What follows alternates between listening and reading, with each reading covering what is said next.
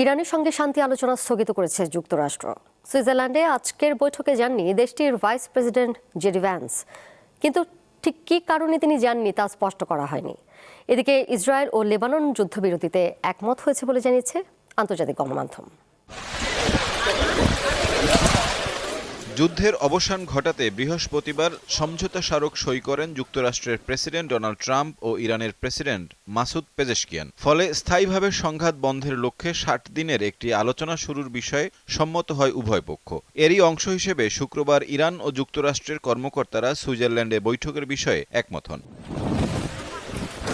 সমঝোতার আগে লেবানন থেকে ইসরায়েলি সেনাদের প্রত্যাহারের বিষয়ে শর্ত দেয় ইরান, কিন্তু সই হওয়ার পর লেবাননে নতুন করে হামলা চালিয়ে বেশ কয়েকজনকে হত্যা করে ইসরায়েল। আসল ফল থেকে তৈরি সম্পূর্ণ প্রিজারভেটিভ মুক্ত ফ্রুটিকা, পিওর মানে ফ্রুটিকা।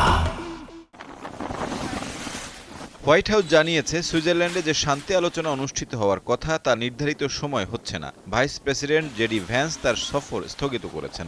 ফলে শান্তি প্রক্রিয়ার ভবিষ্যৎ নিয়ে নতুন করে দেখা দিয়েছে প্রশ্ন। সংশয় শঙ্কা অবশ্য ছিল শুরু থেকেই। যুক্তরাষ্ট্র ও ইসরায়েলের অনেক কর্মকর্তাই সমঝোতার সমালোচনা করেছেন। তাই আলোচনা স্থগিত হওয়ার ঘটনা কূটনৈতিক মহলে উদ্বেগ বাড়িয়েছে। অবশ্য একই সময়ে কিছু ইতিবাচক দিকও দেখা গেছে। ইরানের বন্দরগুলোর ওপর থেকে নৌ অবরোধ তুলে নিয়েছে যুক্তরাষ্ট্র। পাশাপাশি হরমুজ প্রণালী আংশিক উন্মুক্ত করে দিয়েছে ইরান। এ কারণে আন্তর্জাতিক বাজারে জ্বালানি তেলের দাম কমেছে। তবে ইসরায়েলের আগ্রাসী মনোভাবের কারণে পরিস্থিতি কি দাঁড়ায় তা এখন দেখার অপেক্ষা। দৃশ্যত মনে হচ্ছে ইরান ও যুক্তরাষ্ট্রের শান্তি আলোচনা অর্থাৎ যুদ্ধ বন্ধের উদ্যোগে খুশি নয় ইসরায়েল।